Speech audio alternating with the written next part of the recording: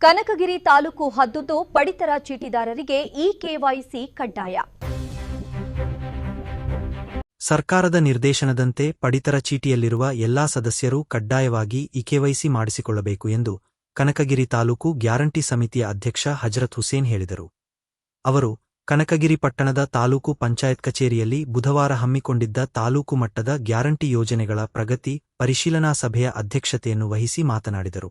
EKYC ಮಾಡಿಸಿ 5 ವರ್ಷ ಪೂರ್ಣಗೊಂಡಿರುವ ಪಡಿತರ ಚೀಟಿ ಸದಸ್ಯರು ತಮ್ಮ ಸಮೀಪದ ನ್ಯಾಯಬೆಲೆ ಅಂಗಡಿಗೆ ಭೇಟಿ ನೀಡಬೇಕು. ಈ ವೇಳೆ ಆಧಾರ್ ಕಾರ್ಡ್ ಹಾಗೂ ಆಧಾರ್ಗೆ ಜೋಡಣೆಯಾಗಿರುವ ಮೊಬೈಲ್ ಸಂಖ್ಯೆಯನ್ನು ತಮ್ಮೊಂದಿಗೆ ತೆಗೆದುಕೊಂಡು ಹೋಗಬೇಕು. ನ್ಯಾಯಬೆಲೆ ಅಂಗಡಿಯಲ್ಲಿ ಬಯೋಮೆಟ್ರಿಕ್ ದೃಢೀಕರಣ ನೀಡುವ ಮೂಲಕ ಇಕೆವೈಸಿ ಪ್ರಕ್ರಿಯೆಯನ್ನು ಪೂರ್ಣಗೊಳಿಸಬೇಕು ಎಂದರು.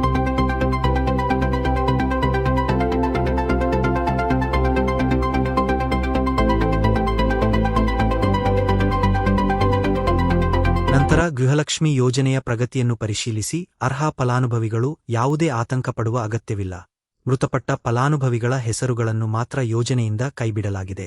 ಜೀವಂತ ಇರುವ ಫಲಾನುಭವಿಗಳಿಗೆ ಯೋಜನೆಯ ಸೌಲಭ್ಯ ಮುಂದುವರೆಯಲಿದೆ ಎಂದು ತಿಳಿಸಿದರು.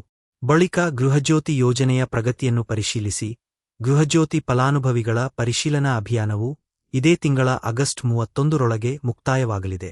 ಅಷ್ಟರೊಳಗೆ ಎಲ್ಲಾ ಫಲಾನುಭವಿಗಳನ್ನು ಈ ಪರಿಶೀಲನಾ ಪ್ರಕ್ರಿಯೆಯಲ್ಲಿ ತೊಡಗಿಸಿಕೊಂಡು ಯಾರೂ ಯೋಜನೆಯಿಂದ ಹೊರಗುಳಿಯದಂತೆ ಕ್ರಮವಹಿಸಲು ಅಧಿಕಾರಿಗಳಿಗೆ ಸೂಚಿಸಿದರು.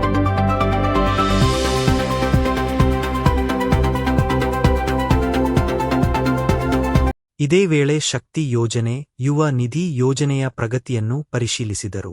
ಈ ಸಂದರ್ಭದಲ್ಲಿ ತಾಪಂ ಸಹಾಯಕ ನಿರ್ದೇಶಕರಾದ ಪನ್ರಾವೀರಣ್ಣ ನಕ್ರಳ್ಳಿ, ಶಿಶು ಅಭಿವೃದ್ಧಿ ಅಧಿಕಾರಿ ವಿಜಯಲಕ್ಷ್ಮಿ, ಸಾರಿಗೆ ಇಲಾಖೆಯ ಘಟಕ ವ್ಯವಸ್ಥಾಪಕರಾದ ಪ್ರವೀಣ ಯರನಾಳ, ತಾಲೂಕಾ ಗ್ಯಾರಂಟಿ ಯೋಜನೆಗಳ ಅನುಷ್ಠಾನ ಸಮಿತಿ ಸದಸ್ಯರಾದ ಕನಕಪ್ಪ ತಳವಾರ, ಜಗದೀಶ್ ರಾಥೋಡ್, ಚೆನ್ನಬಸವನಗೌಡ, ಜಗದೀಶ್ ಸುಳೇಕಲ್, ಜ್ಞಾನಪ್ಪ, ವೀರೇಶ್ ಸೇರಿದಂತೆ ವಿವಿಧ ಇಲಾಖೆಯ ಅಧಿಕಾರಿಗಳಾದ ಹನುಮೇಶ್, ಬಸವರಾಜ ಸೇರಿದಂತೆ ತಾಪಂ ವಿಷಯ ನಿರ್ವಾಹಕರಾದ ಮುಡೇಗೌಡ್